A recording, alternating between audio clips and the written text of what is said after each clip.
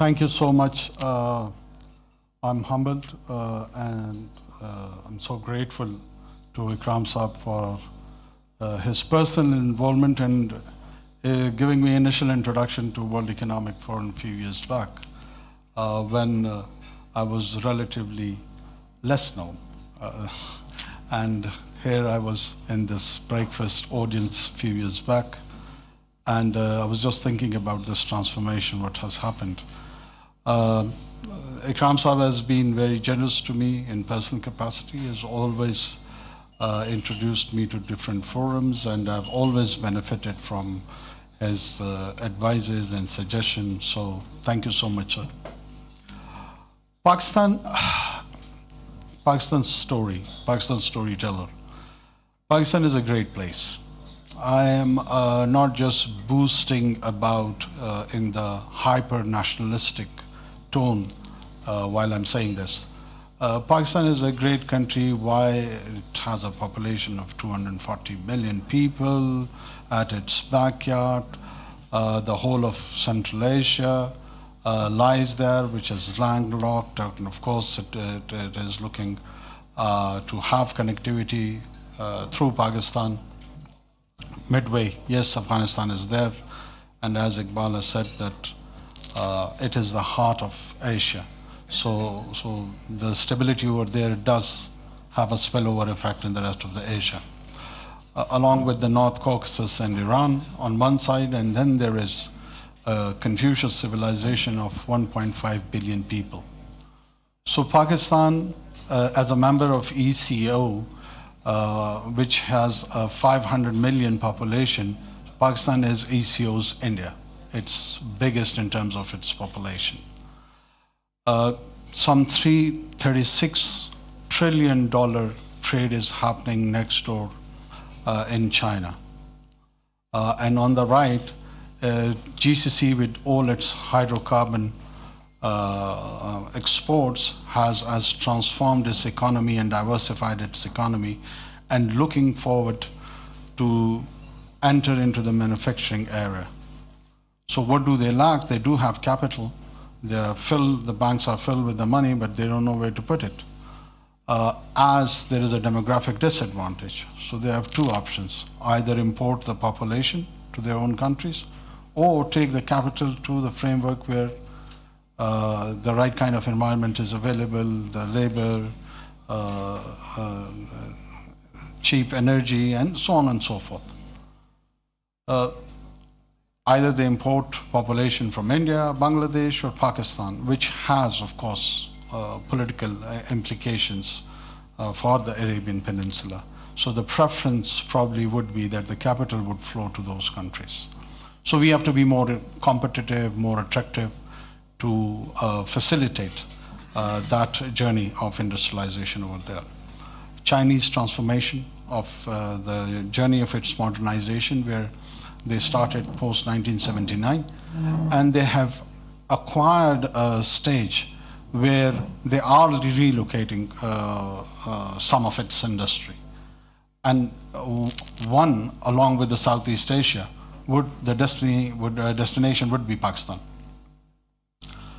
A country which has diversified cultures, ethnic groups, geography, topography. You go to the north of Pakistan, you have 8 to 9 highest peaks in the world.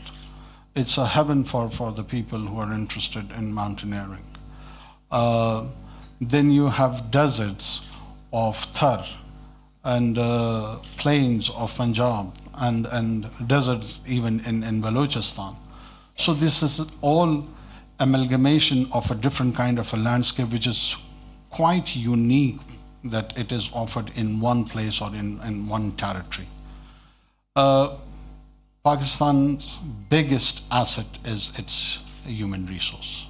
240 million people, 60% of them under the age of 30. What does that mean? That actually means whole of energy. Energy which needs, of course, a direction. We have got around 1.5 million workforce just in the IT sector.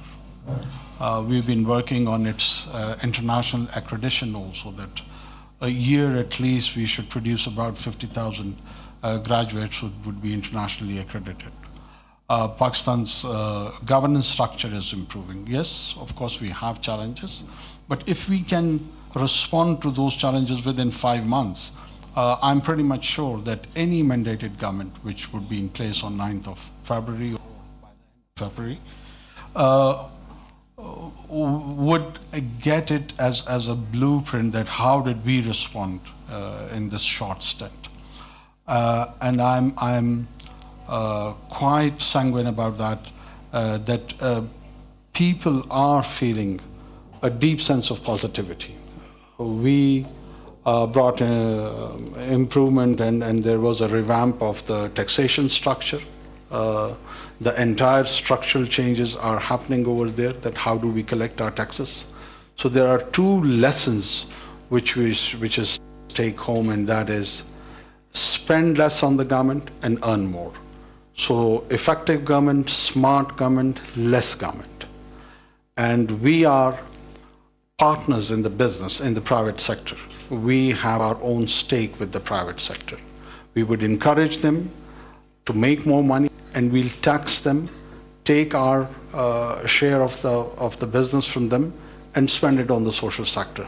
This is the model. This is the model which can work. This is the model which has worked in many parts of the world, and I'm pretty much sure it would work here as well. Pakistan is a story of identity also. We've been viewed as, our journey started probably in 14th August 1947, or to some who have studied Pakistan studies at school, the entry of Muhammad bin Qasim from the Arabian Peninsula is at times referred as a starting point of that identity. I would take it a bit further. I come from Balochistan, where the Mehergarh civilization initiated, and they were the one who provided the early inhabitant to Indus civilization. So Pakistan's identity and its story starts more or less about 9,000 to 10,000 years ago. And that was the area where the inhabitation started. This identity process, the collective memory of Pakistan, it has so many languages as part of its identity, starting from Sanskrit to Persian, English, local languages which were produced from Saraiki to Pashto, from Brahvi, which is a Dravidian origin language, to Sindhi, from Sindhi to Punjabi. And they all contributed, along with the inspiration from the Central Asian languages, the Turkic Mongol origin languages. And it crafted a new lingua franca of Urdu. It expressed itself in poetic terms, it produced drama, art. So Pakistan is not just a story of a specific religion, it's way broader than that. It's way broader than that, and there is a lot of interest. Urdu is one of the biggest languages spoken around the world. It's poetry, the classic. We do not have people of less stature than what Goethe is to the Germans, or Shakespeare to the Englishmen. People like Ghalib and the rest have left a lot of deep mystic impact, and in the manner those expressions have been done. West knows Rumi, but very few knows Ghalib. That is the unfortunate part. We have not been able to showcase him. Though in my humble opinion, the themes, of course, Rumi is mentor. We are not creating a competition over here, but they were the wine of the same bottle.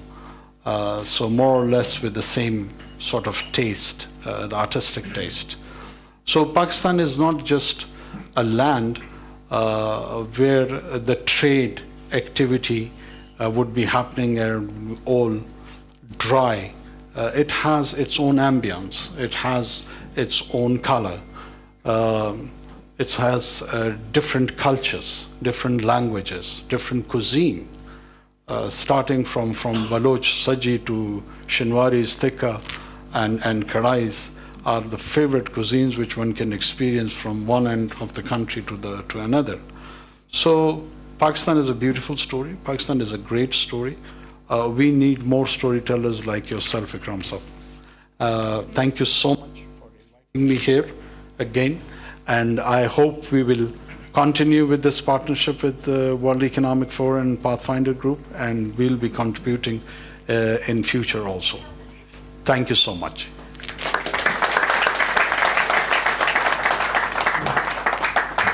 Thank you very much, Prime Minister. I'll let Marek go. Thank you for those wonderful words, and I think the Pakistan story is a compelling one. Obviously a deep cultural and artistic history as well, that has spanned, different provinces, different areas of Pakistan that bring its rich diversity in place.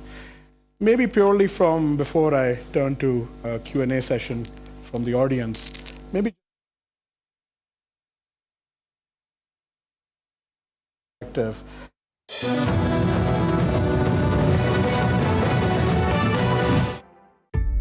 क्या आपको चाहिए shiny बाल?